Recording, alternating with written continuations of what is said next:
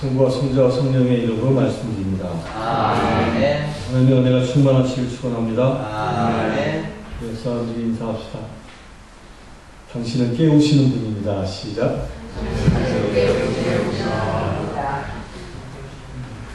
우리 이웃을 깨우고 우리의 사회를 깨우고 이 나라를 깨우시는 주의 거룩한 사도들 되시길 축원합니다.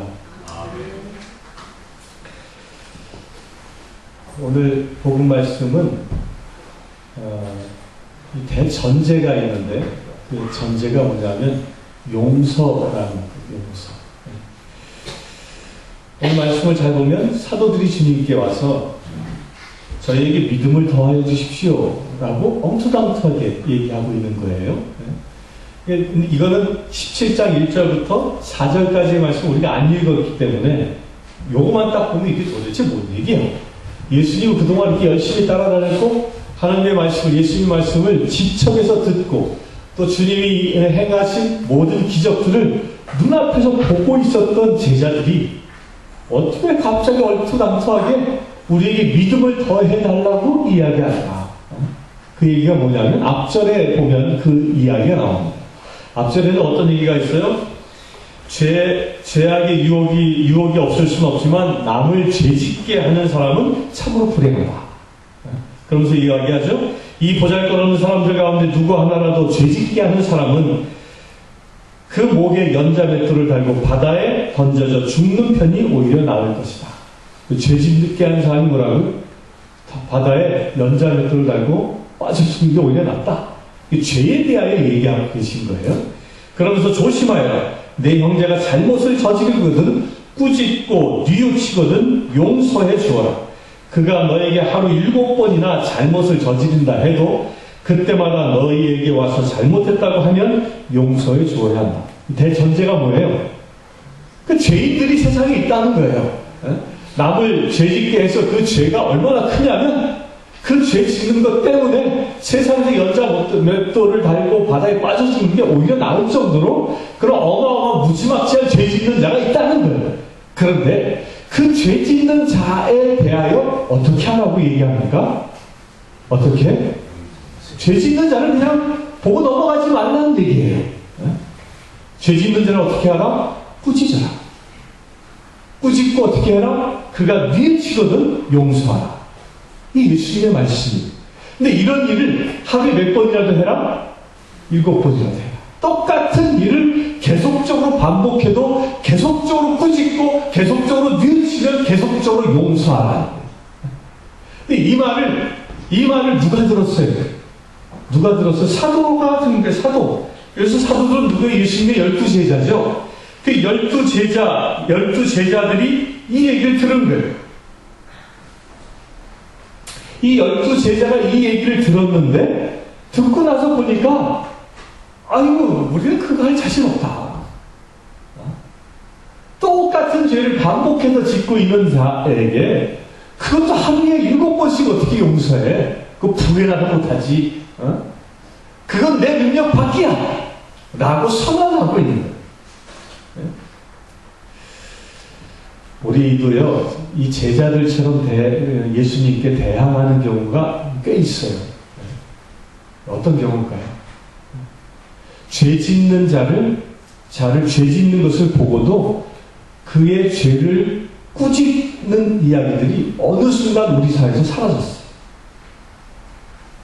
어느 순간 우리 사회에서 어른의 권위가 사라졌습니다. 어른의 권위가 사라지니까 어른이 후배들을 보고 어른이 자손들을 보고 그들이 잘못한 것을 조목조목 꾸짖는 일들이 사라집니다. 그러니까 여기서 꾸짖는다라는 말은 뭐예요? 꾸짖는다라는 말은 어떤 권위를 가지고 그 권위에 힘입어 잘못되고 잘된 것을 판단하여 잘못된 것은 옳은 길로 가라고 타이르는 거예요. 그런데 우리 사회는 뭐예요? 어느 순간 그 권위가 사라져버린 거예요. 나이든 어른이나 새파랗게 젊은 사람이나 너는 너고 나는 나다. 청소년 아이들이 길가에서 담배 피면 꾸짖는 사람이 아무도 없어요. 이제. 괜히 말 한번 잘못했다 봉변당하면 개망신이지. 뭐 얼마 전에 유튜브에 그런 거 나오잖아요.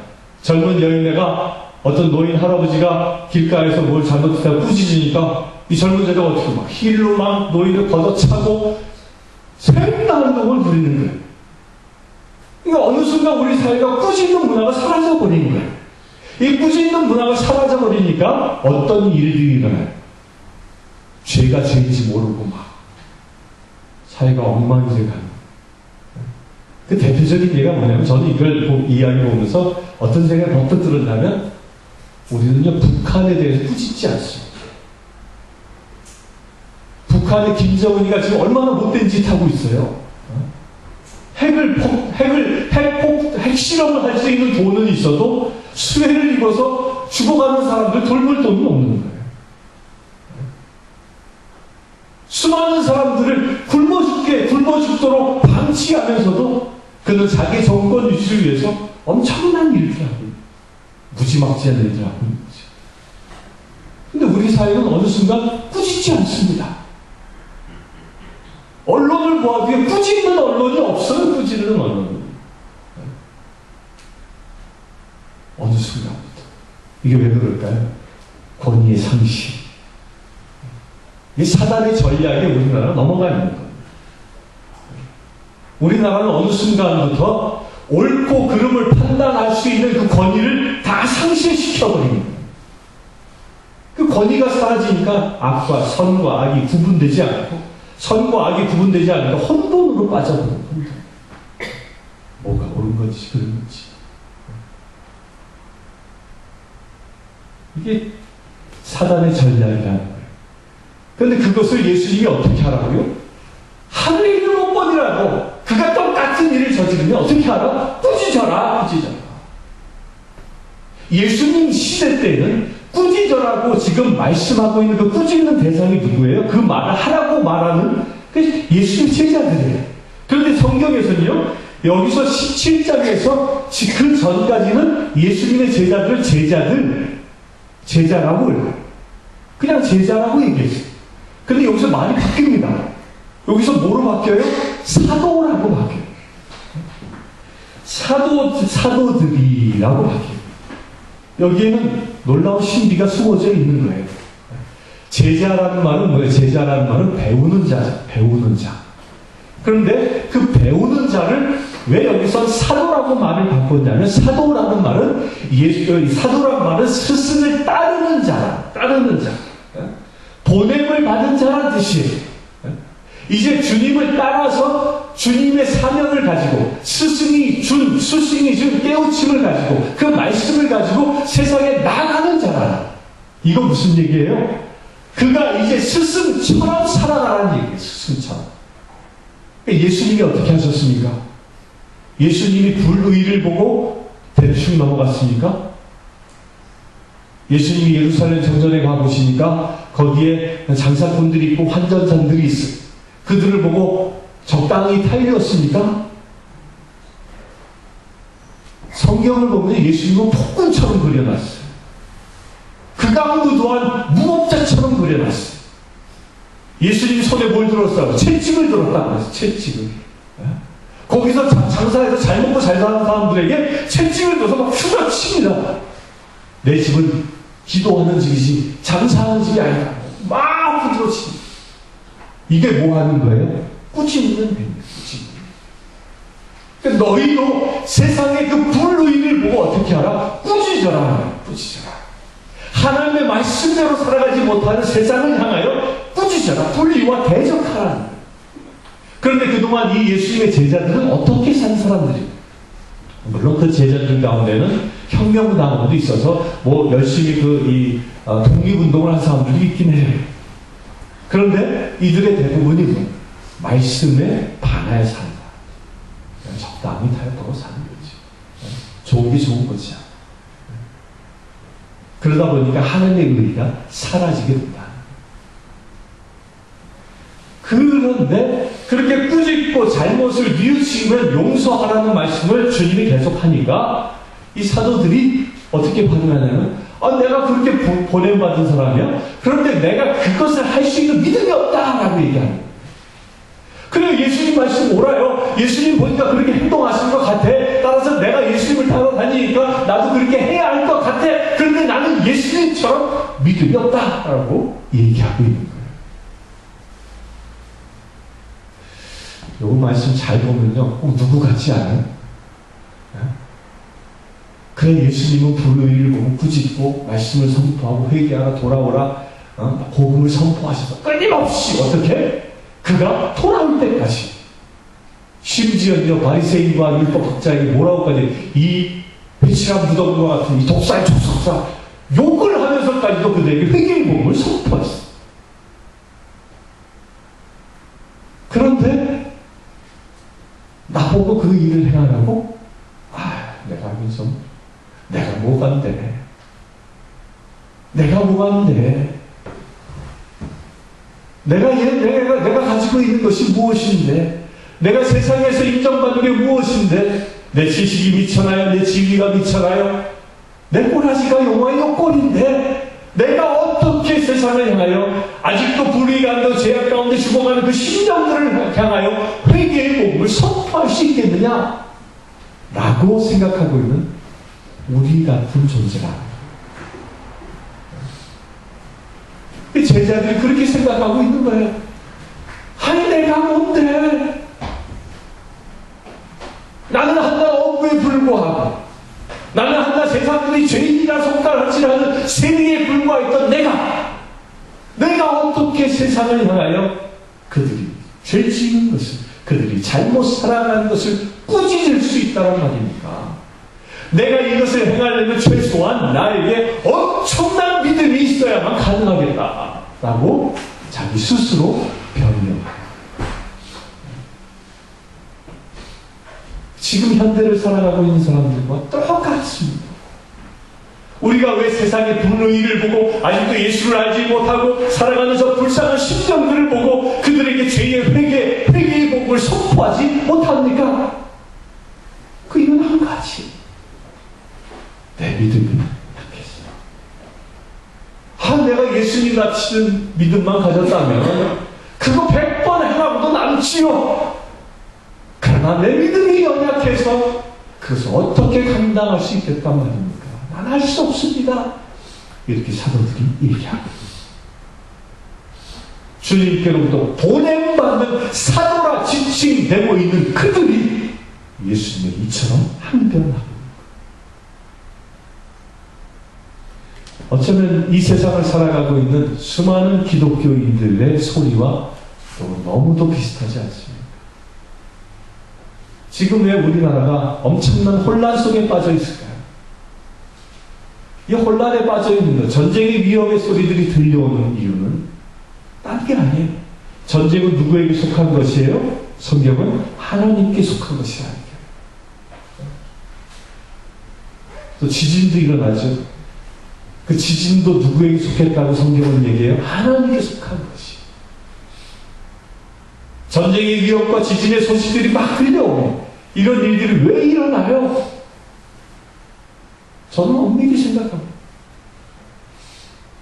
우리가 꾸짖지 않았기, 세상을 향하여 꾸짖을 수 있는 그 믿음의 용기를 갖지 않았기 때문에 불의를 보고 눈 감아버리고 넘어가 버리고, 똥이 무서워서 피하냐, 더러워서 피하지? 그러면서 그걸 치우려 하지 않고 피해가 버리는 하나의 그런 행동이 결국 쌓여서 세상의 죄가 무엇인지, 세상의 선이 무엇인지 구별할 수 없는 혼돈이 되어집니다. 이런 혼돈이 가득한 시대가 어느 시대였어요? 그게 노아의 시대였어요. 노아의 시대는 오직 노아의 가족만 하나님의 뜻을 알았고, 나머지 사람들은 하나님의 뜻을 알지 못하고, 무엇이 죄인지 무엇이 선지 분별하지 아니하고 죄 가운데 빠져들었던 것이죠. 그것을 주님이 어떻게 했어요? 물로 심판하시죠. 죄와 선이 혼돈에 있던 그런 시대가 또 어느 시대였어요? 소돔과 고모라의 시대였던 거예요. 롯이라는 한 주의 사람을 거기에 보냈지만 롯은 어떻게 했습니까? 성경을 잘 보면요, 롯은 아브라함의 사람이었어요. 아브라함과 같이 있으면서 하늘의 축복을 받은 사람이었어요. 그 축복이 얼마나 컸으면 아브라함의 재산만큼 자기 재산도 커진 사람, 엄청난 부자가 된 사람, 하나님의 축복을 입었어. 그런데 그가 소돔과 고모라에 들어가 삽니다. 그런데 소돔과 고모라에 들어가 살면서 그가 단 한 번이라도 그들을 향하여 회개하라, 이 죄악된 세상을 향하여 회개의 복음을 외쳤다는 이야기는 성경에 단 한 구절도 없습니다. 단 한 구절. 의인 10사람만 있어도, 의인 한 사람만 있어도 그 의인이 누구였습니까? 회개의 복음을 선포하는 의인이었어요. 그 한 사람만 있어도 주님은 그 땅을 심판치 아니하시다 했는데 롯은 거기서 회개의 복음을 선포하지 않았던 것이죠. 롯은 거기서 무엇이라 했을까요? 소돔과 고모라에 가득 차있는 동성애와 그 가득 차있는 죄악 덩어리를 보고 그것이 죄라고 생각하지 않았을까요? 분명히 그것은 죄라고 생각했을 것입니다. 그런데 왜 롯은 그들에게 복음을 선포하지 못했을까요? 저는 이렇게 생각합니다. 단 한 가지 이유. 나는 이방인인데 내가 무엇이간데 이들에게 복음을 선포하겠는가.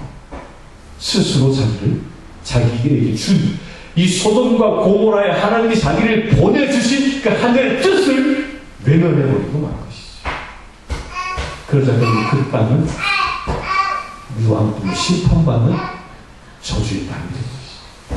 무엇이 없어서? 한 사람의 의인이 없었죠. 예수님께서는 당신의 제자들을 세상에 보내면서 사도라 지칭하며 너희는 이제 나로부터 보냄받은 자라, 세상을 향하여 복음을 선포하라라고 보내시면서 이렇게 얘기합니다. 그들이 어떻게 대답해요? 저희에게 믿음을 더하여 주십시오. 제가 믿음이 미쳐서 저 같은 사람 어떻게 하겠습니까?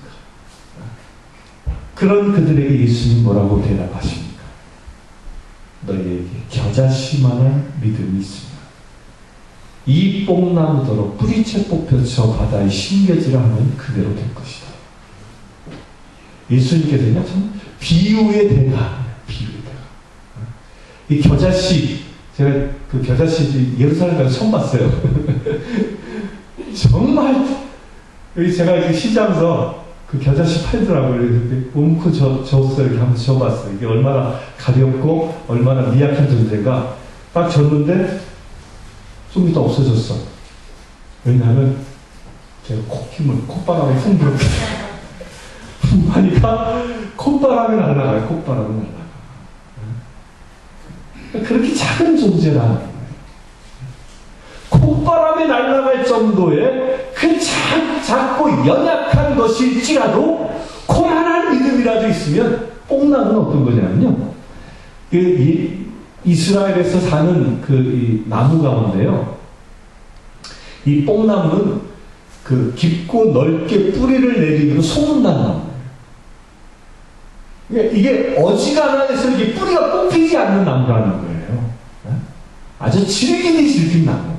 이 뽕나무가 어느 정도 질기냐면 뿌리가 안 뽑히니까 사람들이 어떻게 하냐면 뽕나무를 잘라버리잖아요. 그리고 그루터기 만들죠. 그러면 그 뽕나무가 어떻게 해요? 여러분들 옛날에 양장 같은데 그 뽕나무 기는데 가봤죠? 그 뽕나무 해마다 자르잖아. 해마다 자르면 그 그루터기에서 뭐가 나와요? 또 나오고 또 나오고 또 나오고 하니까 절대 죽지 않아요. 왜? 그 뿌리가 쉽게 됩니다.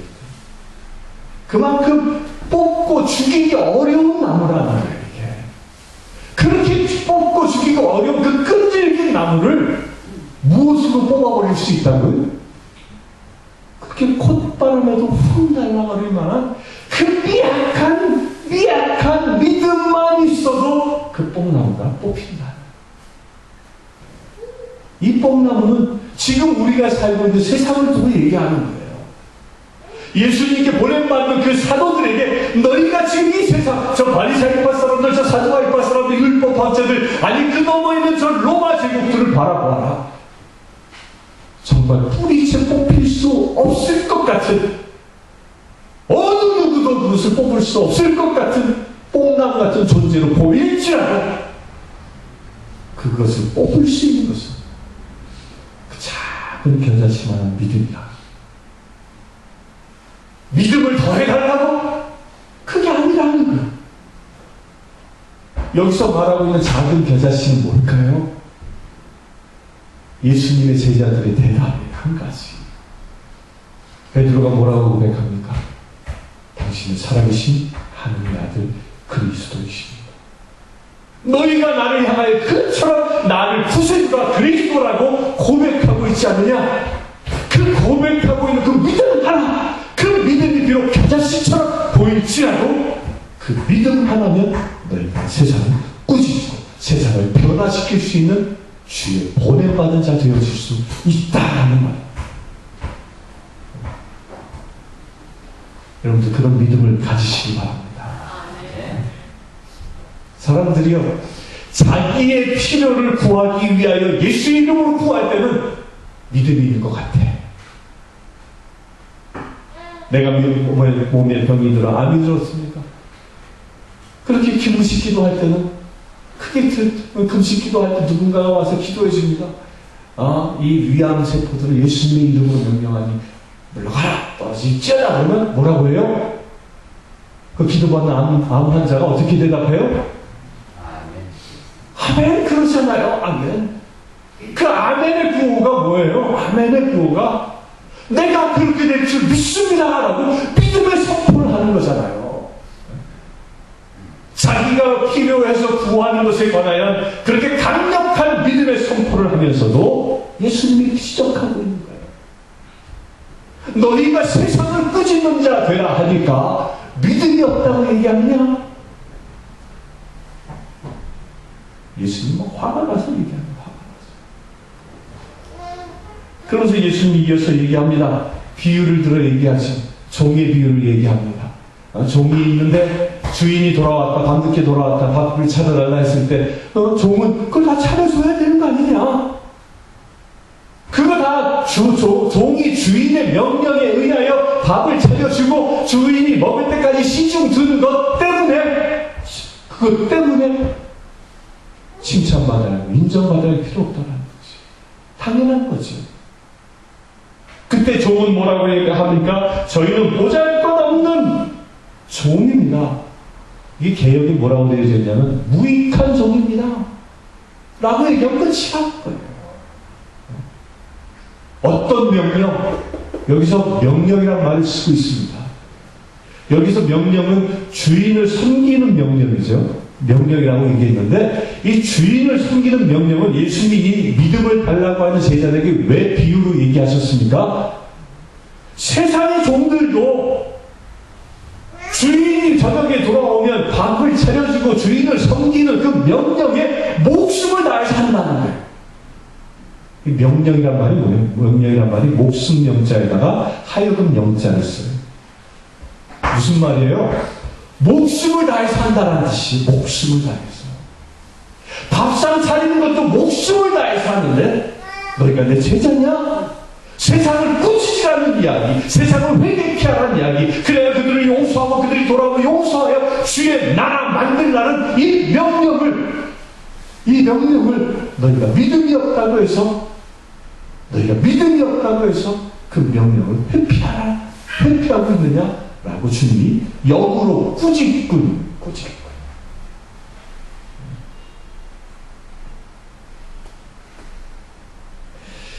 사랑하는 성도님들, 불의한 세상을 깨우기 위해서 이 시대에 저와 여러분들을 세웠습니다. 우리는 민족의 지도자도 아니고 국회의원 그냥 이 국의원도 아니에요. 그러나 내 주변에는 꾸짖음을 듣지 못해서 자기가 가는 길이 죄악된 길임을, 자기가 가는 길이 결국 저 불불로 지옥덩어리에 빠져 죽을 수 있는 그 엄청난 고통을 영원히 받으며 살아갈 수밖에 없는 그 인생이 될 것을 모르고 살아가는 이들이 수없다. 지천에 깔려있다. 그 죄가 무엇인가? 예수를 알지 못하는, 가장 큰 죄는 예수를 알지 못하는 죄. 예수를 알지 못하는 그들에게 우리 꾸짖는 자들이 죽어갑니다.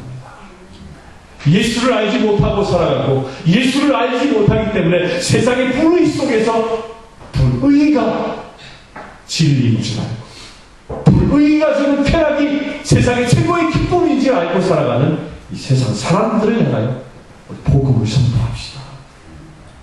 그 복음의 선포는 정말 나의 겨자씨처럼 미약해 보이는 믿음일지라도 그것이 그 겨자씨만한 믿음으로 선포되어진다면 그 선포를 통하여 주님은 일하실 것입니다.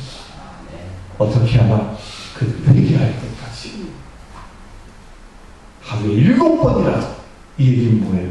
회개할 때까지 하라. 회개할 때까지. 한 번 전했다고 해서 한 번 전했는데 그가 거부했다고 해서 포기하지 말라. 예수님은 이 이야기를 하고 있고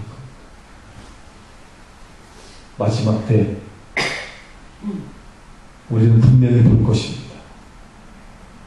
여러분들 주변에 여러분들이 꾸짖지 않아서 저 지옥 불덩어리에 그 부자처럼 지옥 불덩어리에서 펄펄 타오르는 그 고통 속에서 아브라함 할아버지 저 나자로에게 물 한 방울 찍어 내 혀를 적시게 해주십시오 라고 외쳐대는 여러분의 지인들이 있을 것입니다. 그것이 여러분들이 가장 사랑하는 사람일 수도 있고 여러분들이 가장 가까이 있는 사람일 수도 있습니다. 그들을 향하여 진정 회개의 복음을 선포하는 저와 여러분들 되시기 주의 이름으로 축원합니다. 성과 성자 성령의 이름으로 말씀드렸습니다.